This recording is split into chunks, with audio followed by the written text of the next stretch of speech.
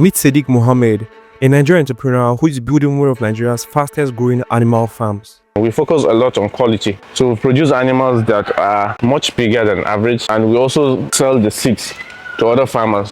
Originally a pilot, he made a bold decision to venture into farming, a move that changed his life. I'm a commercial pilot. I love airplanes, but I think I love cows more than airplanes. Are you still a pilot? Yeah, I'm still a pilot. Amazing. In today's video, he shares his inspiring journey from starting from nothing to becoming a billionaire serial entrepreneur. Get ready to learn from his experiences, challenges, and the secrets behind his success. Maybe 98 to 99% of the livestock we consume in the country are produced by pastoralists, not by farmers. So there's a lot of opportunity.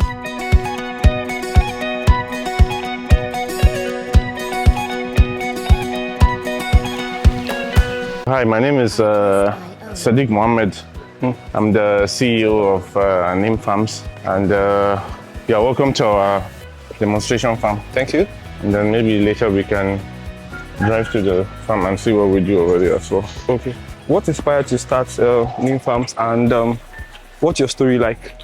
Okay, Neem Farms was born out of my passion for animals, you know. I've been raising animals since I was a kid. I had pigeons, I still keep pigeons, rabbits, chicken, you know. So organically, I started keeping bigger animals like sheep and cows, yeah. And then, you know, it also organically grew into a business. Started out as something that I was passionate about, Yeah. just for fun. But yeah, it's grown into a business. Amazing. Yeah. What's your background like? Okay, I'm a commercial pilot. I love airplanes, but I think I love cows more than airplanes.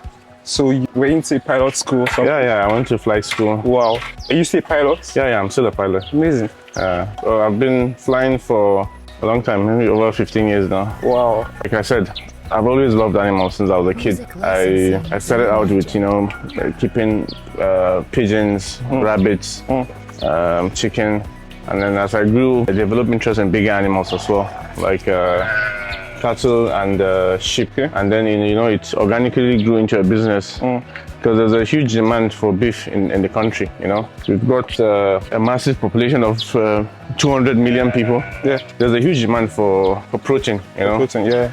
And, you know, the livestock sector is not as structured as the poultry. I would say 99 to maybe 98 to 99% of the livestock we consume in the country are produced by pastoralists, not by farmers. Okay. So there's a lot of opportunity there, and it needs a lot of restructuring and investment as well. We need to invest in quality genetics. We have animals that are very, very hardy and adaptable to our environment, that don't need necessarily a lot of care and management, but they are not efficient animals. So we need to bring in genetics from outside Nigeria, Okay. be it semen, embryos, or live animals, to improve the efficiency and the genetics of our animals. We have animals that take a long time to get to slaughter weight, Okay. and animals that do not produce a lot of milk compared to European breeds. Oh.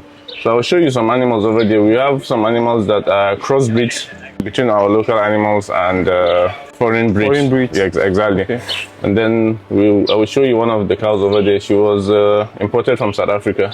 Okay. It's a pure Bonsmara cow. So why do you focus on large breeds of cattle or bulls? You know, you want less animals that will give you more. You know, a bigger animal that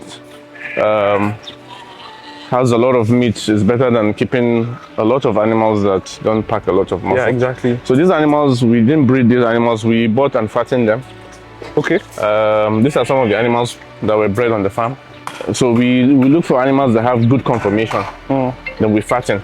We want animals that after fattening would fetch us good money. So the bigger, the better. So how many cattle do you have in total? Here on this demonstration farm, we have 23 cows. We have sheep and ram. We have maybe 60 to 70 sheep, rams and ewes, plus the lambs as well. So we have maybe 70, and then we have a few goats at the back. So, you know, because these animals are fed intensively. Okay. so we cannot keep a lot of animals. Yeah. This is where we bring our clients. Is in in the city. It's convenient for people to come and see. Yeah, it's quite accessible. Exactly. To see what they want, and we deliver. And then selling the animals here. Then we bring in more animals to this place. You can see this place is not very big, so we can't put in a lot of animals. So what's this land sitting on? I have no idea. I don't know how big it is, but maybe 1,000 square meter. Okay. I'm not sure. So could you take us around? Yeah, sure. Let's see. So are they aggressive? No. Okay. They're not. So how many breeds of bull do you rear here? Oh, here we have these red ones are called the red ones over there. Yeah. This red one and some of the red ones you see here are called red bororo. Red Bororo or Rahaji. Okay. Another name for them is red Fulani. Okay. And the one I was standing next to, the white one, is called Sokoto Gudali. Okay, I think I've heard that. Yeah. They call them Bokolo as well. Okay. So these are different breeds here. These are some crossbreeds. Oh. Yeah, I'll show you.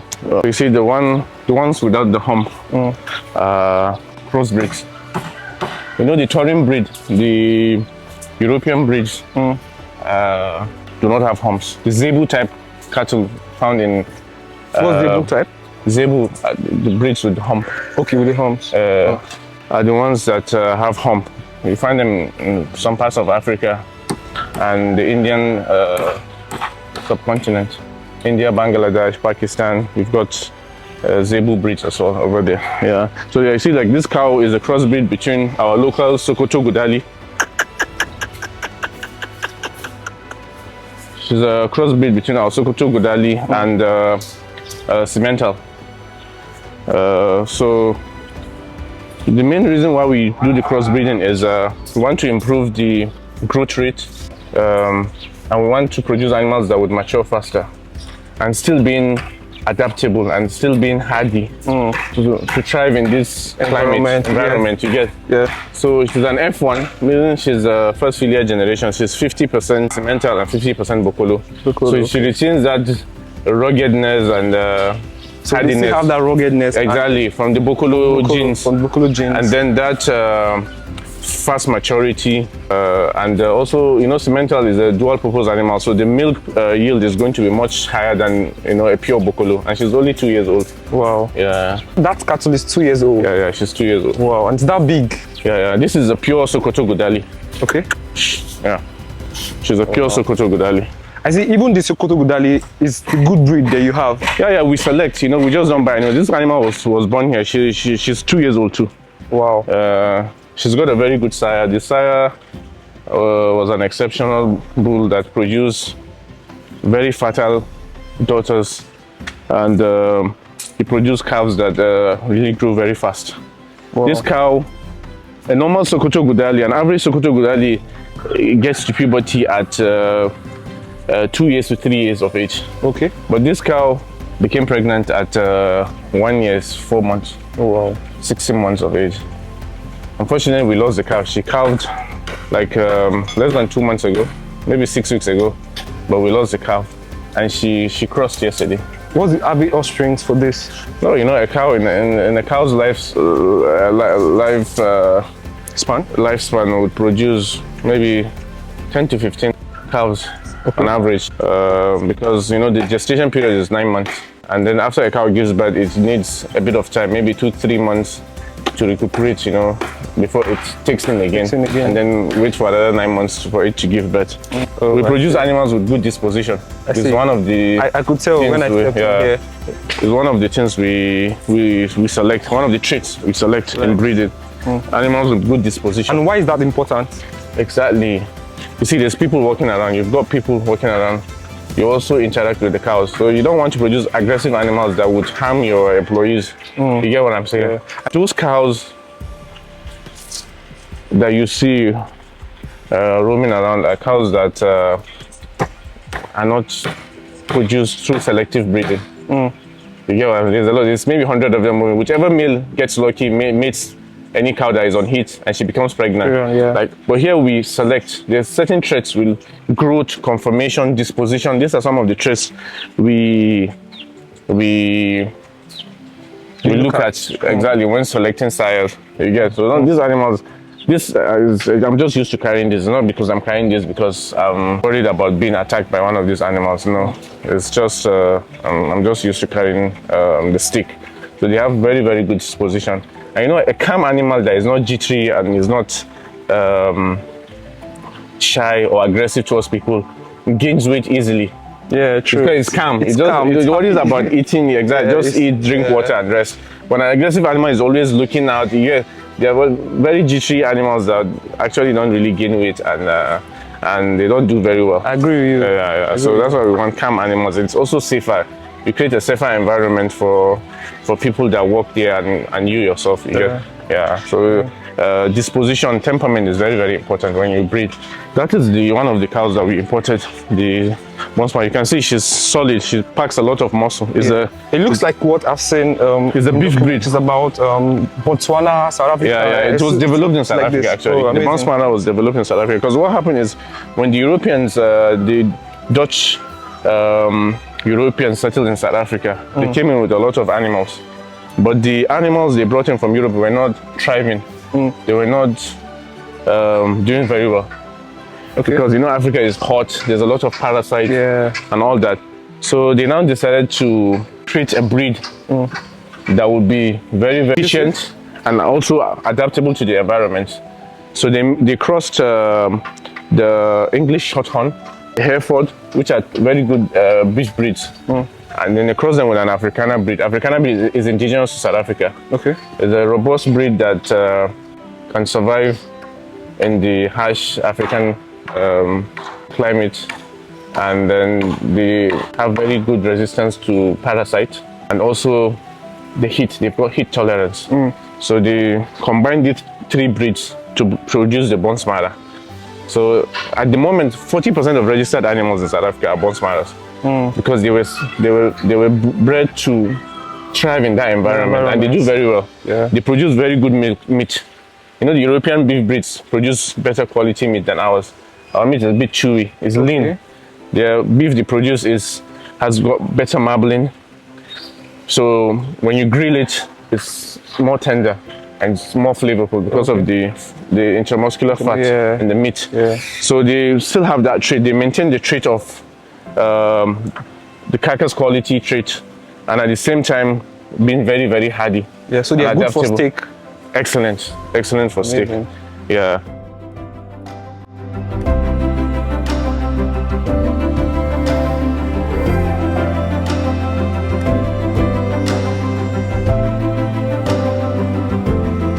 So what do you have here?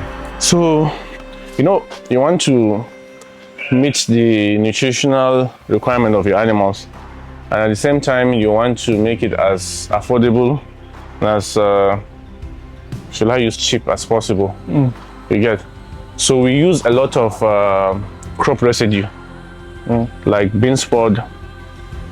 This is sorghum pod. So it's not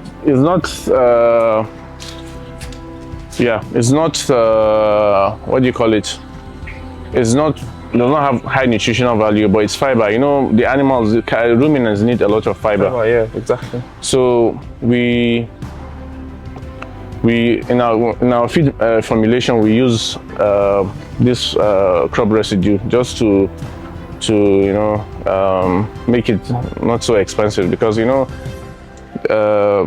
feeding is very expensive. Exactly. And then here you can see this is groundnut forage. So after you harvest your groundnut, the forage we use it to feed the animals. We also do hay, brachiaria hay. We feed the animals with brachiaria hay. So all these are formulated here? Sir? In the farm here? The brachiaria is grown on the farm. We grow maybe 20 hectares of brachiaria. But we buy this from farmers. This we buy from farmers. The crop residue we buy from farmers, local farmers around Abuja here. And Nasarawa. You get. So even over there, that's what we formulate the feed. Then we use a lot of maize bran and a bit of wheat offal as well in our mix. PKC is good as well. What's PKC? palm kernel cake. Cake, okay. It's high in protein. It's got a higher protein content than maize bran. Okay. Yeah, so we use that too.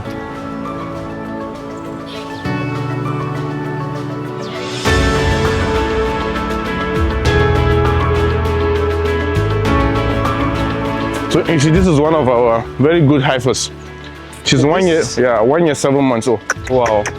So you can see the size, because she has a very good, she's from a very good dam, and the sire was also an excellent bull. So you can see this cow weighs over 400 kilograms right now. Wow. Yeah. And she's, how much does an average cow here cost? The bulls, the large bulls, that weigh like 700 kg, 720 kg will go for like 2-point-something million. Wow. We sell our bulls for 3,500 naira per kg live weight.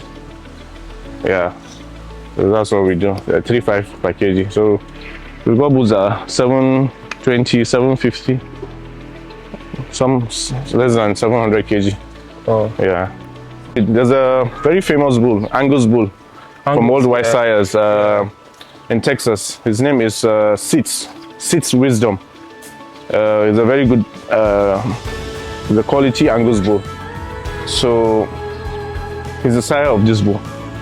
So there's we do a lot of artificial insemination as well. Okay. So you import the semen here? No, the semen is already here. There's semen available at integrated dairies in Jos. Where are you from? Oh. So they are partners with Worldwide Sires. Okay. So they import semen and we get semen from them. There's quite a few. Even the cow over there, the black one, she's also an Angus cross. No, yeah. She's an Angus cross from the same sire, Sits Wisdom. So this bull's dam is a Bokolo, and then she was inseminated with the Angus semen. And then he's a very, very fast growing bull. He was recently moved here. He was on the farm grazing. He was not on any concentrate or anything, but you could see he's packed a lot of muscle. You see? Yeah, can see. You see? You look at the physique, the conformation of the animal. You can see he's packing up a lot of muscle.